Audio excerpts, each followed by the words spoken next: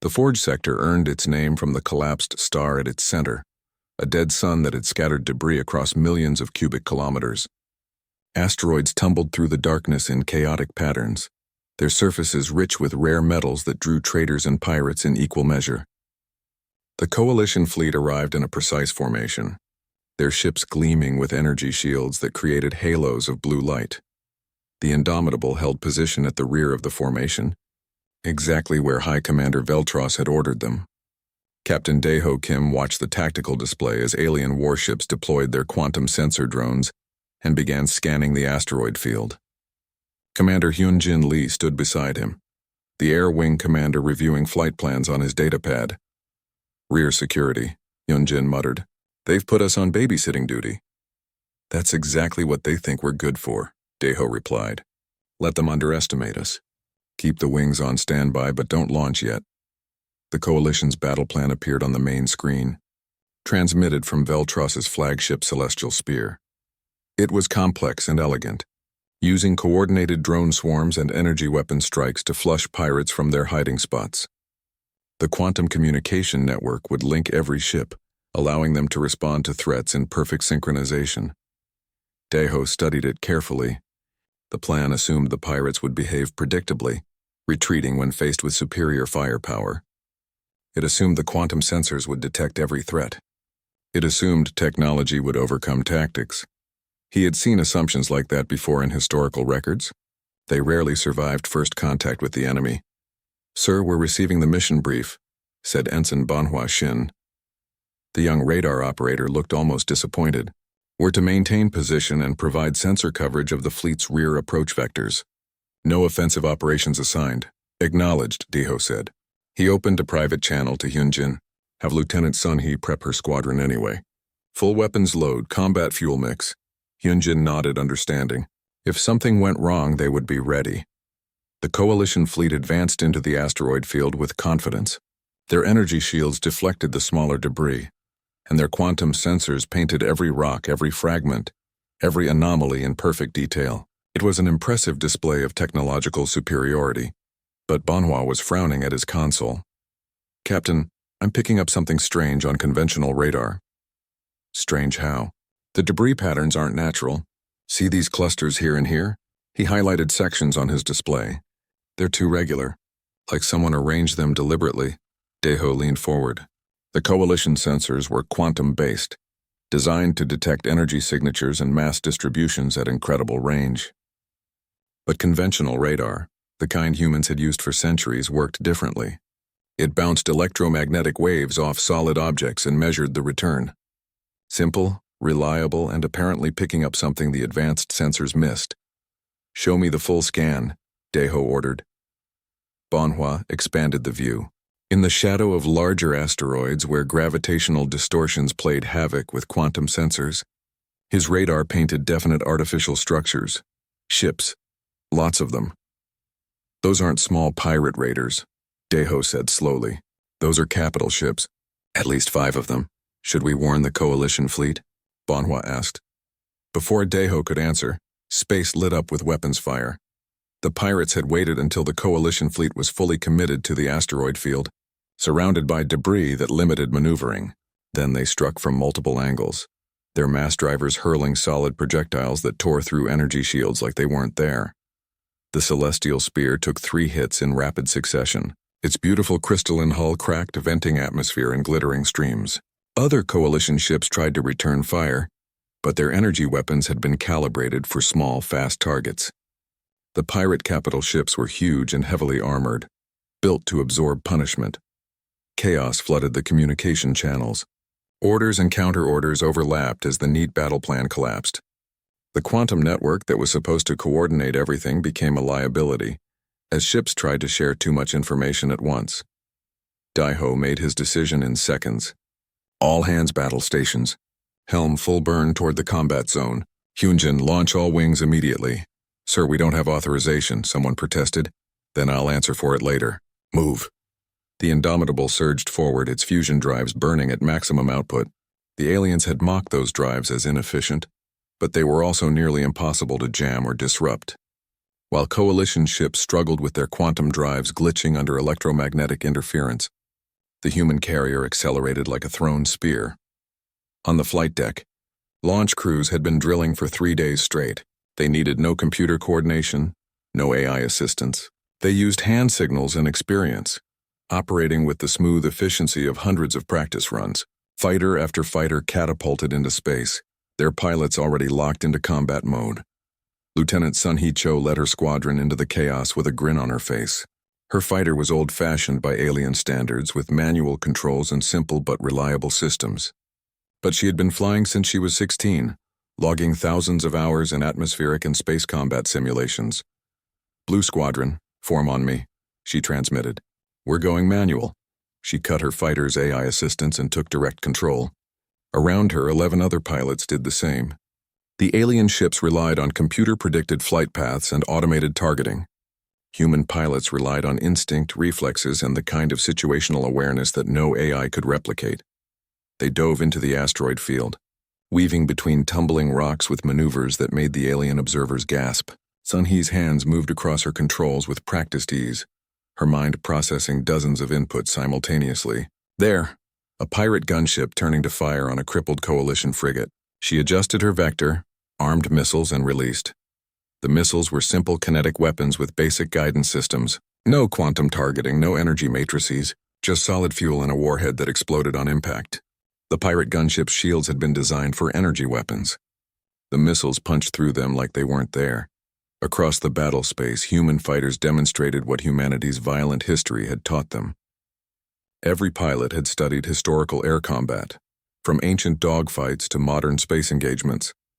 They knew how to use terrain, how to predict enemy movement, how to coordinate without constant communication. The pirates, who had been winning easily against the confused coalition fleet, suddenly found themselves facing an enemy they didn't understand, an enemy that fought dirty, used tricks, and seemed completely unbothered by the electromagnetic interference that was crippling everyone else. Commander Hyun-jin coordinated the bomber wings, sending them after the pirate capital ships. The bombers carried railgun-launched torpedoes, weapons that used electromagnetic acceleration to achieve devastating velocities. The pirates' armor held against the first few hits. But the human doctrine was simple. If one hit doesn't work, use 10-dot torpedo after torpedo slammed into pirate hulls, each impact creating cascading damage. The pirates had never faced such sustained kinetic bombardment. Their shields flickered and failed. Their armor cracked and split. The Indomitable herself entered weapons range, and Deho gave the order his crew had been waiting for. Every gun battery opened fire simultaneously. Thousands of rounds per minute poured from the carrier's point defense systems. Larger railguns fired solid slugs the size of telephone poles. It wasn't elegant or sophisticated. It was industrial-scale violence. A pirate destroyer simply came apart under the withering fire, its structure unable to withstand the physical impacts. But the pirates weren't finished. Their largest ship, a dreadnought covered in weapon ports, turned toward the celestial spear. Energy crackled along its hull as it charged some kind of massive weapon. Deho sensors identified it as a plasma lance, capable of vaporizing a capital ship with a single shot. Beltros's flagship was crippled, unable to maneuver, its shields down. The pirate dreadnought had a clear shot. Deho looked at the tactical display, calculating distances and angles. The Indomitable could intercept, but it would mean putting his ship directly in the line of fire. His carrier had no energy shields, just armor and hope. He thought of his crew, 4,000 men and women who had trained their whole lives for a moment like this. He thought of Earth watching from light years away. He thought of the aliens who had laughed at his ship and called it primitive. Time to show them what primitive really meant. Helm. Put us between that dreadnought and the celestial spear. All power to forward sections. Engineering maximized damage control teams. His bridge crew stared at him for half a second, then jumped to execute. They understood what he was doing. They understood the risk. The Indomitable moved into position with agonizing slowness, a turtle trying to intercept a bullet. On the pirate dreadnought, the plasma lance reached full charge. "Brace for impact," Deho ordered calmly, "and prepare to return fire. Let's see whose ship is tougher." 2 weeks after the battle, the UHNS Indomitable limped into dock at Nexus Prime. The damage was impossible to hide. Whole sections of the forward hull were missing, replaced by temporary patches that glowed with the heat of barely contained systems. Scorch marks covered the armor plating, and the carrier moved with a slight list that spoke of damaged internal structure. But Captain Dae-ho Kim stood on his bridge with quiet pride. His ship was battered, but it had survived. More importantly, his crew had proven themselves in the harshest test possible, real combat against an enemy that wanted them dead. The alien vessels that had mocked the Indomitable on its first arrival now kept a respectful distance. Several sent formal commendations, praising the human crew's courage and effectiveness. The change in attitude was so dramatic that Ensign Banhua Shin commented on it. "Sir, we're receiving docking priority from station control. They're clearing the main berth for us." "That's different from last time," Dae-ho noted. "Yes, sir. Last time they put us in an outer berth, away from the important ships. Now they're treating us like a flagship." As the Indomitable docked, Ambassador Ji-won Park came aboard for the first time since before the battle. She walked through the corridors, seeing the repair crews still working, the temporary seals on damaged sections, the crew members moving with the careful efficiency of people who had been tested and found themselves capable. She found Dae-ho on the bridge, overseeing the final docking procedures. "Ambassador," he greeted her. "Welcome back." Ji-won looked around at the damaged but functional bridge. "I've been reading the reports, all of them including the ones from Coalition observers. Dae-ho, you've changed everything. We just fought a battle. You did more than that. You changed how they see us. The Galactic Coalition has been built on the idea that technological advancement equals superiority in all things. You proved that experience, training, and tactical flexibility can be just as important." Chief Engineer Taewon Bayek approached, datapad in hand. "Captain, the station is offering repair assistance. They want to send their engineering teams aboard to help with reconstruction." Dae-ho raised an eyebrow. "And? Sir, with respect, I'd prefer to do the major work ourselves. Their technology is impressive, but I trust human engineering. We know this ship better than anyone. However, I wouldn't mind borrowing some of their materials and power generators. That would speed things up considerably." "Make it so," Dae-ho said, "but maintain full oversight of all repairs. This is still our ship." The Coalition Assembly was scheduled to meet in 3 days, giving the human crew time to clean up and prepare. During that time, something unexpected happened. Alien crew members from other ships started visiting the Indomitable, asking for tours and explanations of human military doctrine. Commander Hyunjin Lee found himself giving impromptu lectures on fighter tactics to a group of Coalition pilots. They were fascinated by the concept of manual flight and independent decision-making. "But how do you coordinate without constant AI communication?" one pilot asked. Hyunjin smiled. "We train together until we can predict what our wingmates will do. We develop hand signals and voice brevity codes, and most importantly, we trust each other to make good decisions independently. You can't wait for a computer to tell you what to do when someone's shooting at you." Lieutenant Sun Hee-cho demonstrated her fighter to a group of alien engineers. They were amazed by its simplicity. "No quantum processors?" one asked. "No neural interface?" "Just controls, instruments, and my hands," Sun Hee replied. "This fighter does exactly what I tell it to do, nothing more, nothing less. If the computers fail, I can still fly it manually. Can you say the same about your ships?"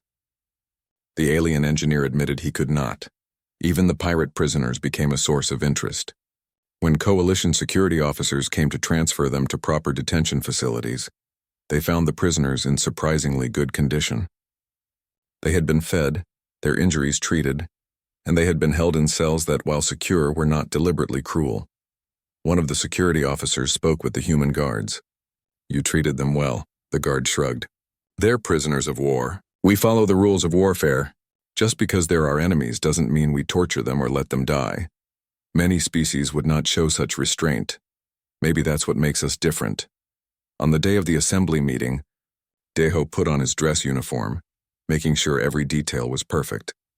The uniform was simple compared to the elaborate garments the aliens wore, but it carried the weight of centuries of military tradition. Ji-won wore her diplomatic robes, elegant but understated. They walked together to the assembly hall, flanked by an honor guard of human marines. The corridors that had seemed so intimidating on their first visit now felt different. Aliens stepped aside respectfully, some even nodding and greeting. The assembly hall was packed. Every delegate was present, and observers from dozens of species filled the upper galleries. High Commander Veltros stood at the center, his crystalline form repaired but still showing faint cracks from the battle damage. "Honored delegates," Veltros began, his voice carrying clearly through the chamber. "We are here to discuss Earth's petition to join our Mutual Defense Pact. 2 weeks ago, I stood in this chamber and dismissed human capabilities. I called their ship a museum piece.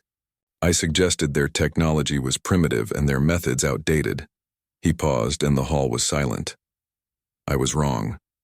A murmur ran through the assembly. Veltros continued. "The pirates in the Forge sector had been operating successfully against Coalition forces for over a year. They understood our tactics, knew our weaknesses, and exploited our reliance on technology. When we walked into their ambush, our quantum sensors failed to detect them. Our energy shields proved ineffective against their weapons. Our coordinated AI systems became liabilities when jammed." He turned to face Deho and Jiwan. "The humans faced the same ambush with technology we considered outdated. Their conventional radar detected threats our quantum sensors missed. Their kinetic weapons bypassed defenses our energy weapons could not penetrate. Their pilots flew manually when our AI systems failed. And their ship, that primitive Supercarrier, survived a direct hit from a weapon that should have destroyed it." Veltros moved closer to the human delegation. "Captain Kim, would you explain to the assembly how the Indomitable survived that plasma lance strike?" Deho stepped forward. "The ship was built assuming it would be damaged. We use multiple layers of armor because we know the first layer will fail. We compartmentalize everything because we know sections will be breached. We train damage control teams to fight fires and seal leaks because we know systems will break. It's not advanced, but it's effective." "And your fighters?" asked Counselor Thrix. "How did your pilots achieve such remarkable coordination?" "Training," Deho replied simply. "Thousands of hours of training until their responses become instinct. We don't rely on AI because humans have been fighting for survival since before we had technology. That experience is coded into how we prepare for war." Another delegate spoke up. "But surely you acknowledge that your technology is inferior to ours?" Deho considered his answer carefully. "In many ways, yes. Your ships are faster, your weapons more powerful, your sensors more precise. But technology is just a tool. What matters is how you use it, and whether you can adapt when it fails. Human military doctrine is built on the assumption that nothing works perfectly. We plan for failure and train to overcome it." Admiral Mi-Young-han appeared via holographic projection from Earth. "If I may add something, honored delegates, humanity has fought wars for our entire recorded history. We know warfare in a way that species who achieved peace through technological dominance cannot. We're not proud of our violent past, but we've learned from it. We know that the side with better technology doesn't always win. The side with better training, better tactics, and stronger will to fight often overcomes technological disadvantages." Veltros nodded. "Which is precisely why I am recommending strongly that Earth be accepted into the Galactic Coalition's Mutual Defense Pact. Not just accepted, but welcomed. We need what humanity offers. What do we offer?" Jiwan asked. "Perspective," Veltros replied. "We've become soft, relying on our technology to keep us safe. You remind us that safety comes from preparation, from training, from the willingness to sacrifice for others." Captain Kim placed his ship between mine and certain destruction. He had no shields to protect him, only armor and courage. That is the kind of ally we need. The assembly debated for an hour, but the outcome was never really in doubt. When the vote came, it was unanimous. Earth was accepted into the Galactic Coalition with full membership and all associated rights and responsibilities. But there was more. "We would like to request," Counselor Thrix said, "that Earth provide military advisors to Coalition forces. We wish to learn your tactics, your training methods, and your approach to warfare. In exchange, we will share our technology and help you advance your capabilities." Jiwan looked at Daiho, who gave a slight nod. "Earth accepts," she said. "We look forward to this exchange of knowledge and culture." After the formal ceremony, there was a reception on the observation deck. The massive shape of the UHNS Indomitable emerged from the quantum gate, like an ancient beast stepping into a world of glass and light. Captain Deho Kim stood on the bridge, watching the Nexus Prime station grow larger on the main screen.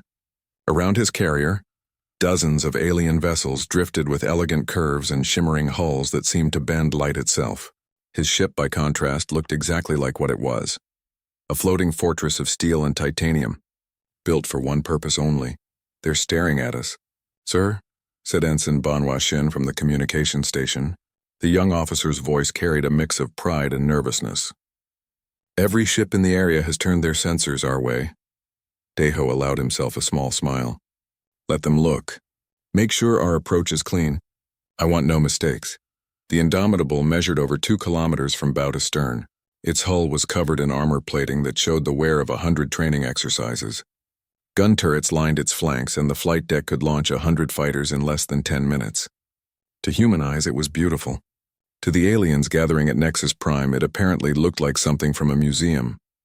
Ambassador Jiwan Park stood beside Deho, her diplomatic uniform crisp and perfect.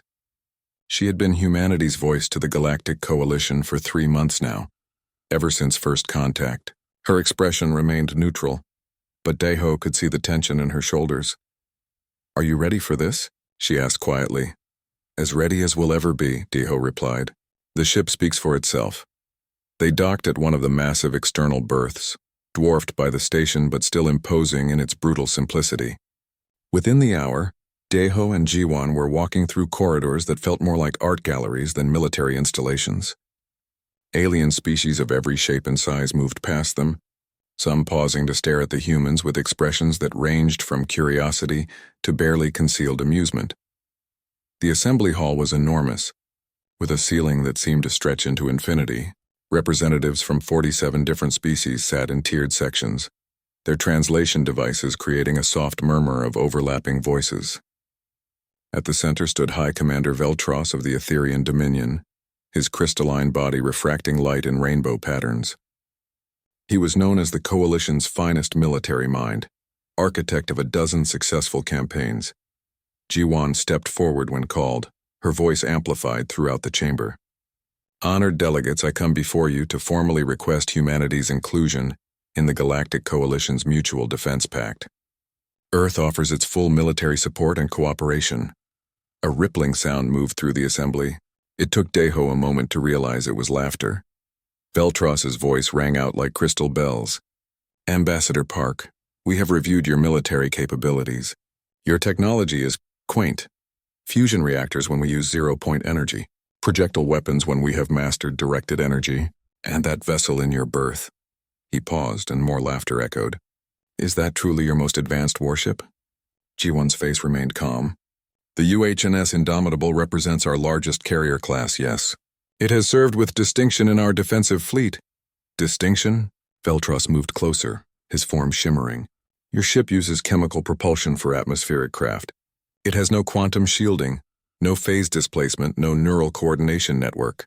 Counselors, I mean no disrespect to our new friends, but how can a species still firing metal slugs contribute to our advanced defense strategies? Counselor Thrix, an insectoid being with compound eyes, clicked its mandibles thoughtfully. Hi, Commander. Perhaps we should not dismiss them so quickly. Humans have survived on their world through significant challenges. Survived, Veltros repeated. Yes, they survived their own violent history. But surviving and contributing to galactic security are vastly different propositions. Look at their combat doctrine. He gestured and holographic displays appeared showing human military exercises. They still practice boarding actions, hand-to-hand combat training. Their pilots fly manually rather than trusting to AI coordination. It's as if they never evolved past their primitive beginnings. Deho felt his jaw tighten, but he remained silent. This was Jiwan's arena, not his.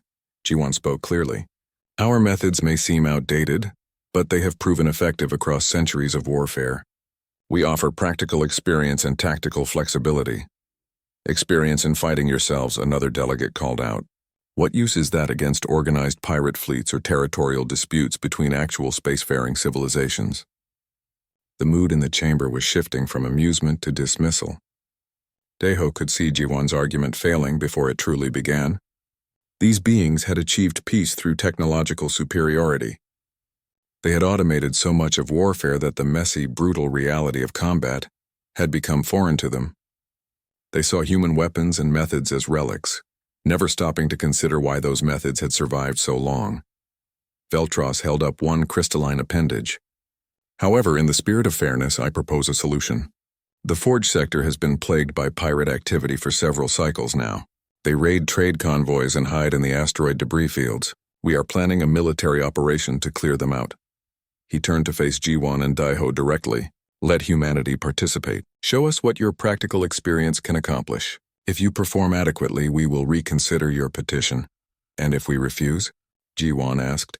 Then we have our answer about your commitment to mutual defense.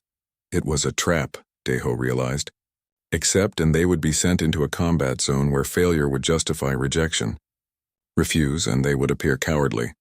Either way, Veltros had boxed them in. Ji-won looked back at Daiho. In that moment, words were unnecessary. They both knew what choice they had to make. Earth accepts, Ji-won said firmly. The UHN as Indomitable and her crew will participate in the Forge Sector operation. The assembly murmured approval. Veltros's form seemed to shimmer with satisfaction. Excellent. We depart in 3 standard days. I look forward to seeing your museum piece in action, Captain Kim. As they left the chamber, Daiho walked beside Ji-won in silence. Only when they reached a private corridor did she speak. They're setting us up to fail. I know, Daiho replied. They think we're a joke, something to laugh about over their energy drinks or whatever they consume. Can we do this? Can the Indomitable actually perform against organized pirates? Daiho thought about his crew, trained to the highest standards Earth could provide. He thought about the fighter pilots who flew with instinct and skill rather than computer assistance. He thought about the thousands of tons of ordnance in his magazines and the redundant systems built into every section of his ship. They're about to learn something important, he said. Just because something is simple doesn't mean it's not effective. Sometimes the oldest methods work best because they've been tested in actual blood and fire, not just simulations. Ji-won managed a tight smile. I hope you're right. Earth's future in this coalition depends on it. Back on the Indomitable, Daiho gathered his senior officers. He looked at each face, seeing determination mixed with uncertainty. These were good people, well-trained and professional, but they had never faced actual combat against an enemy that wanted them dead. In 3 days, we deploy to the Forge Sector, he told them. The aliens think we're primitive. They think our ship is a relic. They're wrong, and we're going to prove it. Make sure every system is ready. Every pilot is sharp. Every gun is loaded. We're going to show the galaxy what humans can do. As his officers dispersed to their duties, Daiho stood alone on the bridge, looking out at the gleaming alien vessels surrounding his battered practical carrier. They had no idea what was coming. None of them did. War, real war, was humanity's oldest profession, and school was about to be in session. The battle was won, but the work was far from over. The UHN's Indomitable drifted in space, her hull scarred and smoking while small craft moved around her like worried birds around a wounded animal. Inside the carrier, damage control teams worked around the clock, cutting away destroyed sections and patching holes with whatever materials they could find. Chief Engineer Taewon Beck had been awake for 36 hours straight, moving from one crisis to the next. His uniform was scorched and stained, his face streaked with grease and sweat. He stood in what had been the forward observation deck, now open to space, sealed off by emergency bulkheads. We lost 18 meters of forward hull, he told Captain Daiho Kim through a communicator. 3 decks are completely gone. The structural frame is intact, but it's going to take weeks to rebuild this section properly. Can we make it back to Nexus Prime? Daiho asked. Taewon looked around at the destruction, then at his teams working in full spacesuits among the wreckage. Sir, we could make it back to Earth if we had to. This ship was built to take damage and keep fighting. Give me 3 days and I'll have her flying straight enough to make any journey you need. That was the difference, Daiho thought. The alien ships were masterpieces of engineering, built to avoid damage through shields and speed. The Indomitable was built assuming damage would happen, designed to survive it through sheer stubborn resilience. In sick bay, the medical teams were dealing with their own challenges. 37 crew members had been injured in the plasma lance hit, ranging from minor burns to critical injuries. Dr. Yuna Kang moved between beds, checking on patients while her staff worked with focused intensity. One young pilot, his leg broken in 3 places, tried to smile when she approached. Doc, am I going to be able to fly again? Yuna checked his chart. Give it 6 weeks and you'll be back in a cockpit. But you're grounded until then, understand? Yes, ma'am. She moved on, but the pilot's question stayed with her. These people had volunteered to put themselves in danger, to fight against enemies they had never seen before, all to prove that humanity deserved its place among the stars. The responsibility weighed heavily. On the bridge, Deho received a communication request from the Coalition fleet. High Commander Veltros appeared on the screen, his crystalline form still showing cracks from the battle. Behind him, Deho could see the damaged interior of the Celestial Spear. Alien crew members working on repairs with equipment that looked impossibly advanced compared to human tools. Captain Kim, I am transmitting our casualty reports and damage assessments to all ships, Veltros said. I wanted to personally thank you again for your actions. Without your intervention, my ship would have been destroyed and hundreds of my crew killed. Deho nodded. We did what any Allied vessel would do, Commander. Perhaps, Veltros replied. But I suspect not every Allied vessel could have done what you did. I have been reviewing the battle data, Captain. Your ship took a direct hit from a weapon that should have destroyed you instantly. How did you survive? Armor, Deho said simply. Multiple layers of it with compartmentalized sections behind. When the outer layers failed, the inner layers held. When compartments were breached, we sealed them off. It's not elegant, but it works. And your fighters, Veltros continued. They maneuvered through the asteroid field without computer assistance. Our analysts cannot determine how your pilots achieved such coordination without AI support. They trained, Deho said. Hours and hours of training until their responses became instinct. Our pilots don't rely on computers to tell them what to do. They think, they adapt, they react. Veltros was quiet for a moment. We have relied too heavily on technology. We assumed it would always provide the advantage. But your people have something we lost long ago, Captain. You remember how to fight when everything is broken and failing? Commander Hyunjin Lee joined Deho on the bridge, carrying a data pad with the fighter wing status reports. 23 fighters had been damaged in the battle, but only 2 had been completely destroyed. The pilots had managed to nurse crippled craft back to the carrier, coaxing damaged engines and patched fuel lines into giving them just a few more minutes of operation. That's another thing we do well, Deho said to Veltros. We improvise. When systems fail, we find another way. When weapons run out, we use whatever's available. It's not pretty, but it keeps us alive. Ensign Banhua Shin was monitoring communications when he suddenly called out, Captain, I'm picking up a distress signal. It's coming from deeper in the asteroid field. Deho felt his stomach tighten. Coalition ships? No, sir. The signal is using old-style radio transmission. It's one of the pirate vessels. Looks like they got damaged trying to flee and their engines failed. The bridge went quiet. Everyone knew what this meant. The pirates had killed Coalition crew members, had tried to destroy the Indomitable, had shown no mercy during the battle. By all rights, they should be left to their fate. But Deho thought about the values that humanity claimed to represent, the principles that made them different from those who preyed on the weak. Launch a rescue shuttle, he ordered. Bring them in, but keep them under guard. They're prisoners of war, and they'll be treated according to the rules of warfare. Veltros heard this exchange over the still-open channel. Captain, those pirates do not deserve your mercy. They are criminals who have murdered innocent traitors and refused all offers of surrender. Maybe, Deho replied, but we don't abandon people to die in space, even enemies. That's not who we are. An hour later, the rescue shuttle returned with 12 pirate crew members, half of them injured. They were a mixed group of different alien species, outcasts and criminals who had banded together for profit. They looked at their human captors with a mixture of fear and confusion. One of them, a reptilian being with scarred scales, spoke through a translator. Why did you save us? We tried to kill you. The human security officer shrugged. Captain's orders. You're prisoners now, but you'll be fed, your injuries will be treated, and you'll be turned over to proper authorities at Nexus Prime. The pirate stared. Your people are strange. Yeah, we get that a lot. Lieutenant Soon-hee Cho was in the pilot's ready room, debriefing her squadron. They were exhausted, running on adrenaline and coffee, but also exhilarated. They had faced real combat and survived. More than survived, they had excelled. Blue 3, your maneuver around that asteroid was textbook perfect, Sun-hee said. Blue 7, you saved Blue 9's life with that covering fire. Good work. One of the younger pilots raised his hand. Lieutenant, the alien pilots we saw in the recordings, they all flew in perfect formation. Never deviated from their flight plans. We were all over the place. How did we do better? Sun-hee smiled. Because perfect formation only works when everything goes according to plan. In combat, nothing goes according to plan. We were trained to think independently, to make our own decisions in the moment. That's what won the fight. In the hangar bay, maintenance crews were working on the damaged fighters. They used welding torches and replacement parts, working with tools that would have looked familiar to aircraft mechanics from a century ago. An alien observer from one of the Coalition ships watched them work, fascinated by the process. "Your repair methods are very manual," the alien noted. "Why don't you use molecular reassembly or structural reformation?"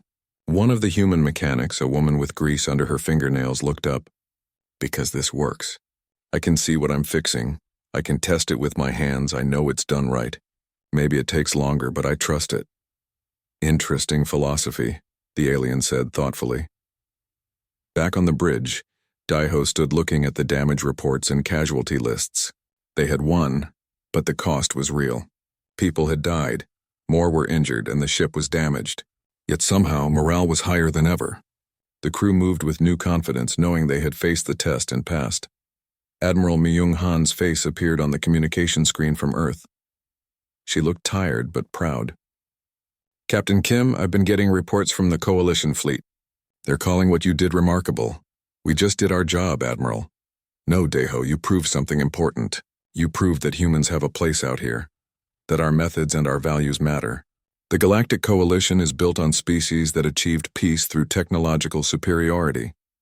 They forgot what it means to actually fight for survival. So what happens now?" Daiho asked. Myung smiled. "Now we go back to Nexus Prime, and we show them what humanity really brings to the table. Not just weapons and tactics, but the will to use them in defense of others. That's worth more than any quantum drive or energy shield." The Indomitable began its journey back to Nexus Prime, damaged but undefeated. Around it, the Coalition ships took up escort positions, no longer dismissive but respectful. The primitive Supercarrier had proven itself in the one arena where technology alone could never triumph: actual combat, where courage and skill mattered as much as firepower. In the forward observation deck, now sealed and repaired enough for crew access, Taewon stood with his engineering team. They looked at the patch job they had done, the visible scars on the hull that would remain until proper shipyard repairs could be completed. "It's not pretty," one engineer said. Taewon smiled. "No, but it's strong. And that's what matters." The pirate dreadnought fired. The plasma lance was beautiful in its terrible way, a beam of superheated matter that crossed the distance between ships at nearly the speed of light. It struck the Indomitable's forward section with the force of a small star, temperature readings spiking to levels that should have vaporized anything in its path. The outer armor melted instantly. Hull plating designed to withstand conventional weapons turned to slag under the incredible heat. The beam burned through 3 decks before the ship's internal structure finally began to resist.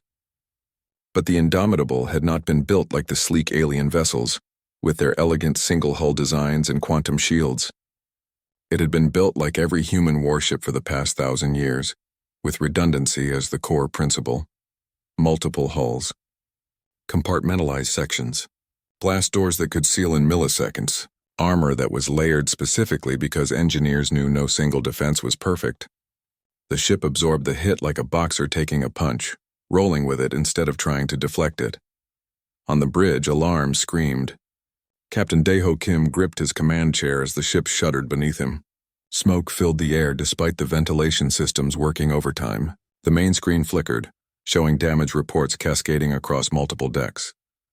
Forward sections 4 through 6 compromised, Ensign Bonhua Shin reported, his voice shaking but steady. "We've got fires on Deck 7. Casualties coming in. Damage control teams are responding," added another officer. "Chief Engineer Taewon is rerouting power around the damaged sections." Deep in the engineering spaces, Chief Engineer Taewon Baek worked with his hands inside an open panel, rewiring connections while plasma conduits hissed dangerously close to his head. His team moved around him with practiced efficiency, each person knowing their role without needing orders. This was what they had trained for, what every damage control drill had prepared them for. "Bypass the primary grid and route through secondary," Taewon shouted over the noise. "I don't care if it's not optimal, I need power to the forward guns now." On the bridge, Daiho watched the pirate dreadnought beginning to recharge its plasma lance. They had maybe 90 seconds before it could fire again.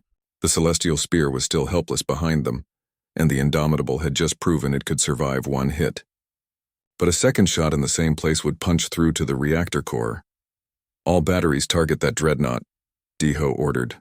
"I want everything we have hitting it right now." The Indomitable's weapons were not subtle. Railguns fired solid slugs using electromagnetic acceleration. Missile batteries launched hundreds of rockets with simple but effective guidance systems. Point defense cannons that could track and destroy incoming projectiles turned their attention to offensive fire. All of it was old technology, proven through centuries of warfare. The barrage hit the pirate dreadnought like a hammer. Its shields absorbed the first wave, then the second. But the third wave started getting through. Kinetic weapons didn't care about shield harmonics or frequency tuning. They were just mass moving at high velocity, and eventually physics won. A railgun slug punched through the dreadnought's forward shield emitter. The shield collapsed on that side, and suddenly, dozens of missiles found unprotected hull. Explosions rippled across the pirate ship's surface. Commander Hyunjin Lee saw the opening from his command station. "All bombers concentrate fire on that dreadnought. I want every torpedo we have hitting that wound." The human bomber wings had been savaging the smaller pirate ships, but now they turned as one toward the bigger target. Lieutenant Sun Hee Cho led her fighter squadron as escort, clearing away pirate defenders with ruthless efficiency. Her hands moved across her controls with fluid grace, her fighter dancing through enemy fire like it had been choreographed. "Blue Squadron, keep them off our bombers," she transmitted. "Reds, you're with me. We're going for their turrets." The fighters screamed toward the dreadnought, their pilots pushing engines to the limits. Alien observers watching from their damaged ships couldn't believe what they were seeing.